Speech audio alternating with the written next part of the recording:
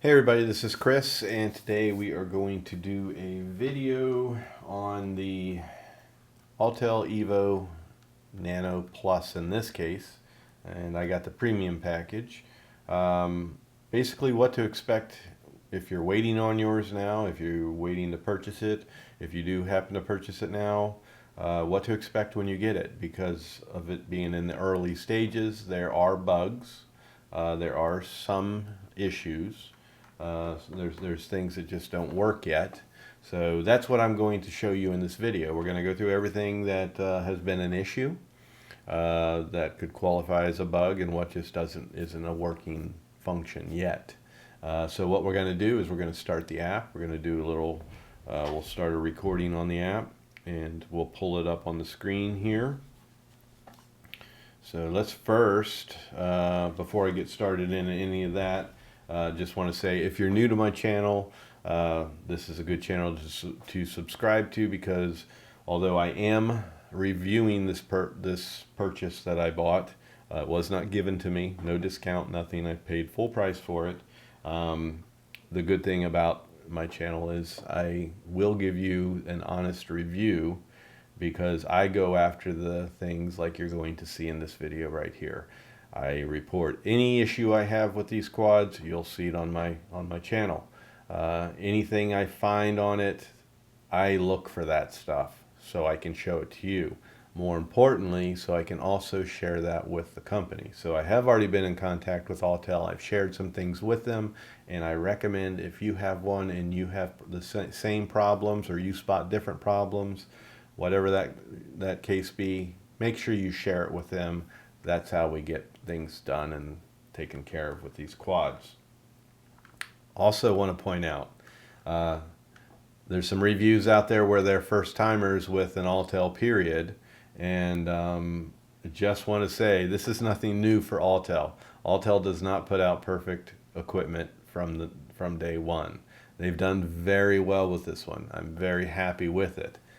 I'm going to point out all the issues that of things that aren't working and report the problems I've had.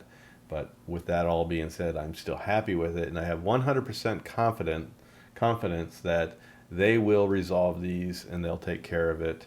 I'm not concerned with that whatsoever. So much, in fact, I have also purchased the Autel Lite Plus premium package. I haven't made the complete purchase yet because I'm getting white, and white right now is all of a sudden a rare color. But I'm getting the white, and it'll have the carbon fiber legs. I like the white look, so to match this one, I'm going white, and let my good old Evo 2 Pro over there remain the only orange soldier in my fleet. So another good reason to subscribe to this channel is I will have the light as well, and I'll do the same with it. I will give it a complete fair judgment and report everything I find. So that being said, the very first thing we're going to focus on is, in the app you can set it to where your battery starts to discharge and go into storage mode after 3 days. I think I'm going into day 5. I'm definitely on day 4. I don't remember what time, but I'm just about going into day 5. So the first thing when we connect is we're going to see, are we indeed getting some depletion on the battery to put it into storage mode. That's very important. You don't want to leave your batteries stored at 100%.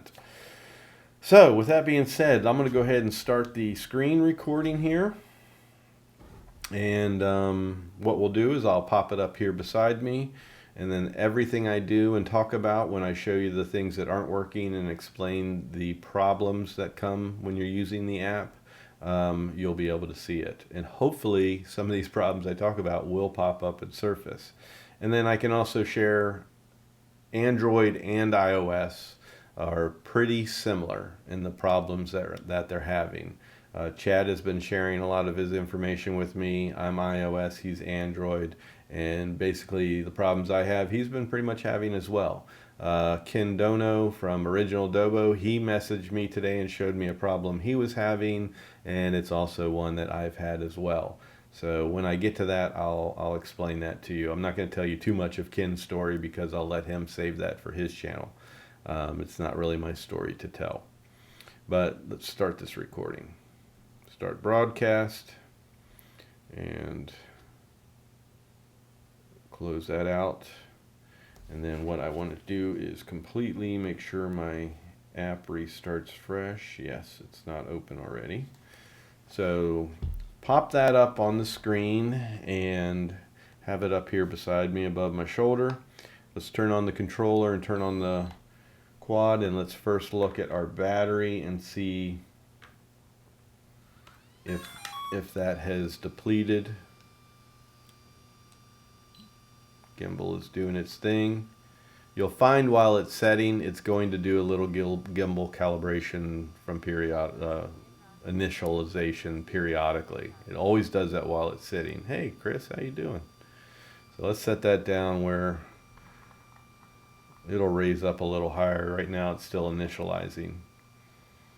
But you can see battery's at 80%. That's actually more depleted. I mean, I have had it on one time.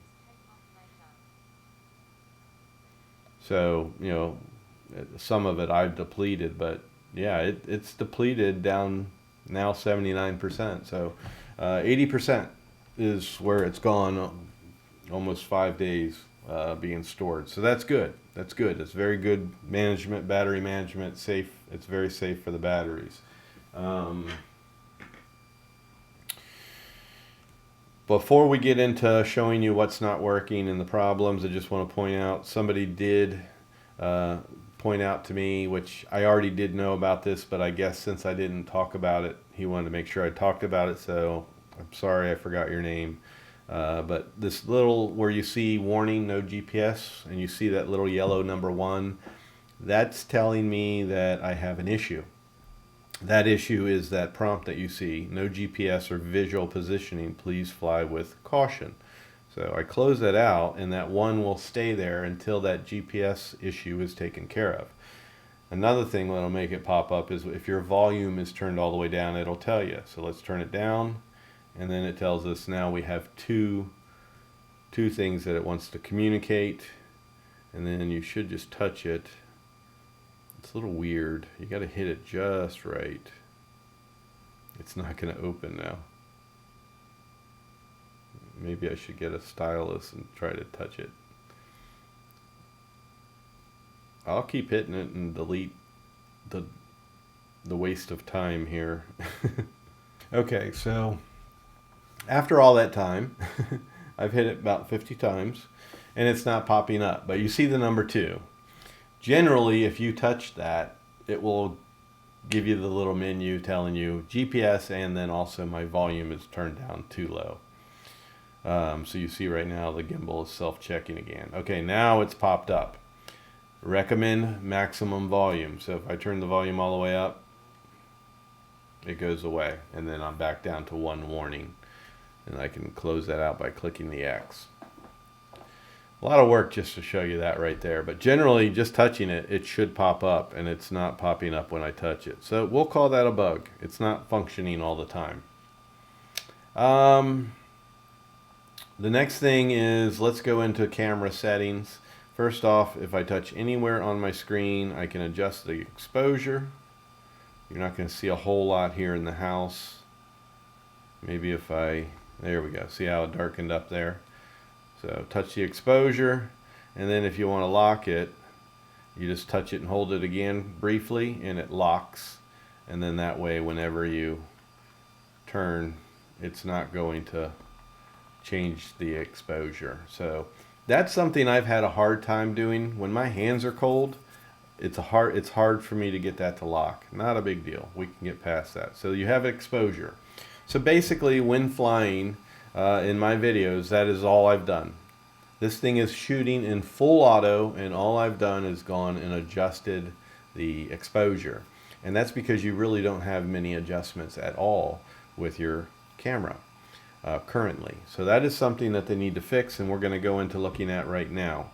So if you notice on the side here where it says video, photo, all that, we will go down to Pro. And that's where you see the ISO and everything. So ISO, let me see if I remember this correctly. ISO is not working. So let's go into, right now it's in auto mode. P is auto, M is manual, S is shutter. So we're going to go into M. We want to set everything up manually. The only thing we're not going to be able to do is our exposure, but that's fine because we're going to be just adjusting shutter, and we're going to be, we can do white balance as well. So let's go ahead and just go into shutter and or ISO here and see. 6400. It goes right back to 800. Okay, let's take it all the way down. 100. Goes right back to 800. So that tells you this is stuck in auto mode. Now let's try this. Let's hit record.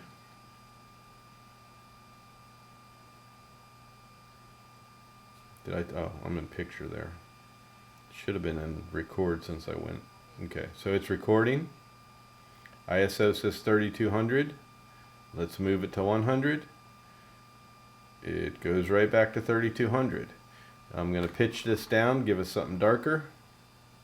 It goes to 1600. So that tells you right there, it's stuck in auto mode. You cannot adjust that one bit.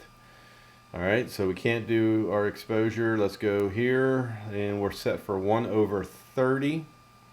So let's take that, let's turn off recording. Let's take that to 60.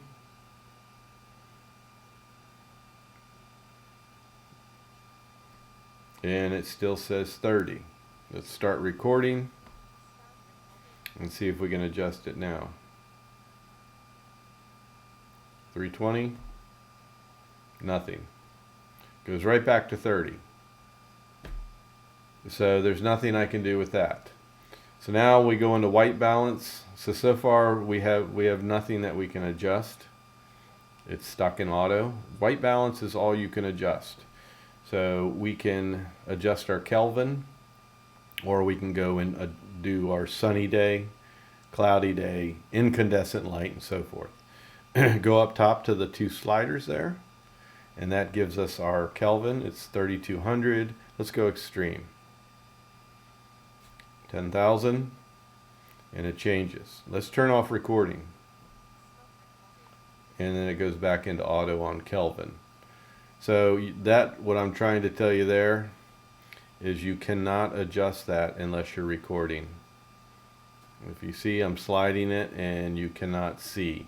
Now I automatically know in this situation right here, I want to be about 3200. Hit record, and it's going to go back to that high setting. Got to go back to 32 here, and there you go. So I have to be recording for me to be able to set anything on my white balance. So keep that in mind. You might think at first, like I did, I thought it didn't work whatsoever, and then I realized it will work if I start recording first. So make sure you have plenty of memory on your card. So a little bit of extra time spent on all that. Let's turn off the recording, and we'll stop talking about that. Let's go put this back into video mode, get that off the screen. So just to show you what we have here, if you go down to 1080, you have 60 and 30 frames per second. 2.7 you only have 2.7K, you only have 30 frames per second. And then oops, quiet lady. And then 4K, you only have 30 frames per second. So I say only, but I mean that's your only choice. And if you notice, it keeps prompting me about gimbal initializing. While it's sitting here doing nothing, it will constantly do a gimbal initializing. It does not have a timed shut off, so if you turn it on like this, it will continue running. It won't shut down on you. And I'm just saying that because one of my other comments in one of my videos, somebody told me it's a timed shut off. It does not have a time shut off.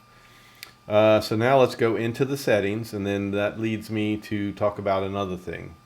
First, I'll talk about this. If you go into photo and then go into video, this is when sometimes I've had the app lock up on me. And of course, it's not going to do it while I'm shooting this video. The other thing is, when a perfect example. This has happened to me twice. And then today, I told you, Ken Dono from Original Adobo, he messaged me. He showed me a video of his hovering up there. He said, there's my quad. I'm disconnected. I have no control. And it's true. You have no control whatsoever when that app disconnects. There's no RC. I believe I didn't have RC. Mine happened on the ground. So yeah, I wasn't able to start or anything. But he wasn't able to move it, period. So I asked him, I said, did you happen to go into the settings and then exit settings and then it disconnect? And he said, that's exactly how it played out. And that's how it played out on mine as well. Again, that's his story to tell. I'll let him tell the rest with his experience. But I was sorry to hear that happen with him, but I was also glad because it confirmed exactly what my theory was, what I thought. It's when I'm in settings, and then sometimes when I leave settings, I don't know if it's something I touched during that time, my time in settings, but a couple times it has disconnected on me. The only way to get it to refunction is shutting everything down and restarting everything. I tried just the app and that doesn't work. So let's go into talking about novice mode real fast. I have never had novice mode turned on. Thank you everybody who has brought up the suggestion to turn off novice mode when I was having my speed issues. I could not get over 2 meters a second. That unfortunately was not my problem. The problem was I had to reinstall the app directly from their website.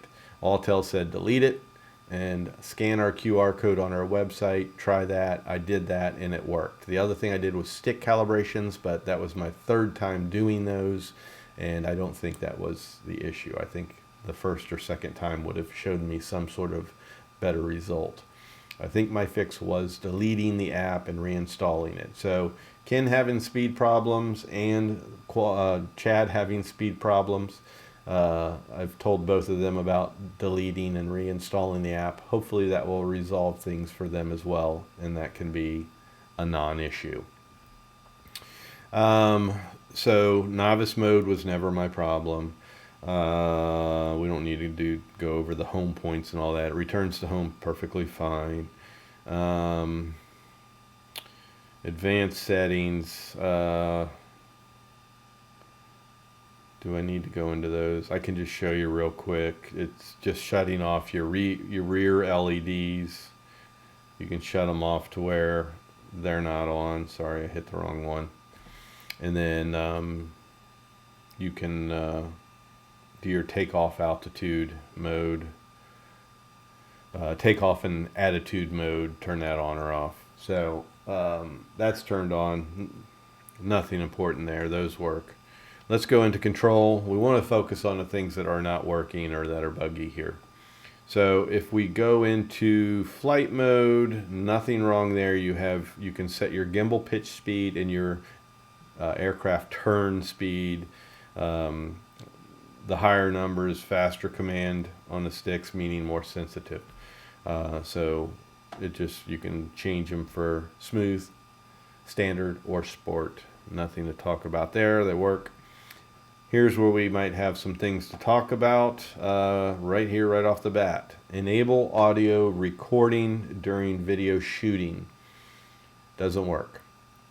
I've had that on for every flight, and it does not record audio into my video. The first time I did it, I do believe it asked for permission to use my microphone, and I granted it permission.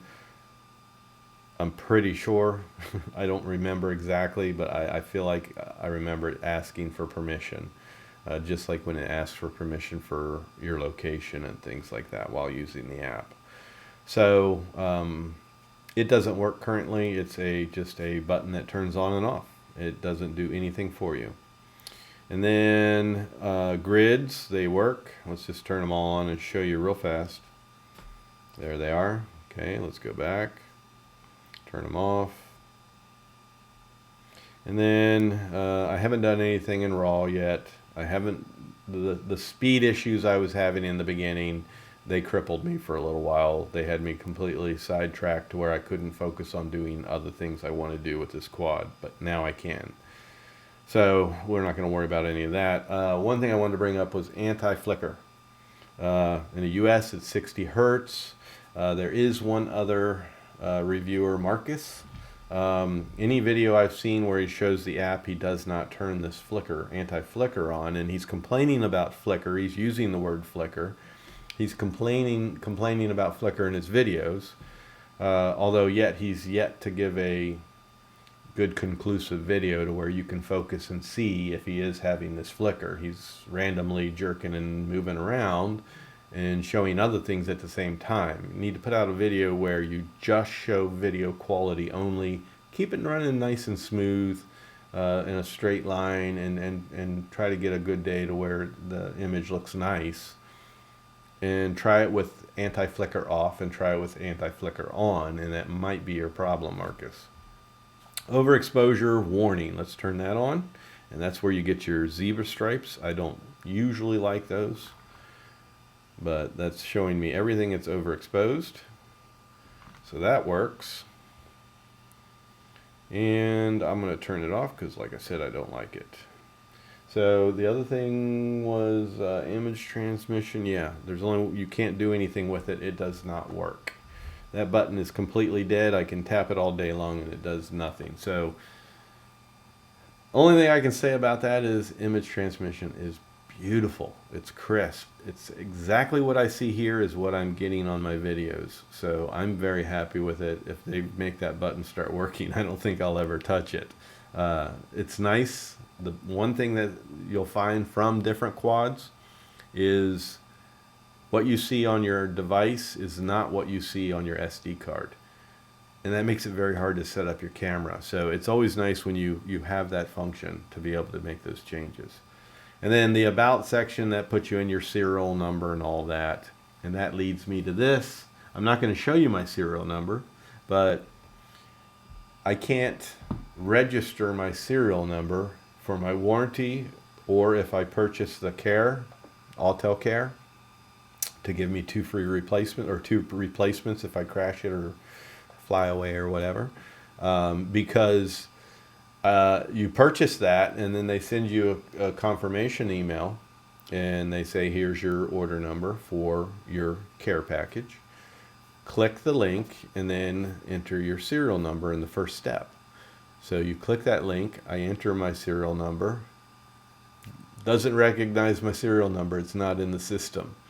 Chad B, same problem. So you gotta call them, you gotta email them, get it in writing that you are covered, and then you should be good to go.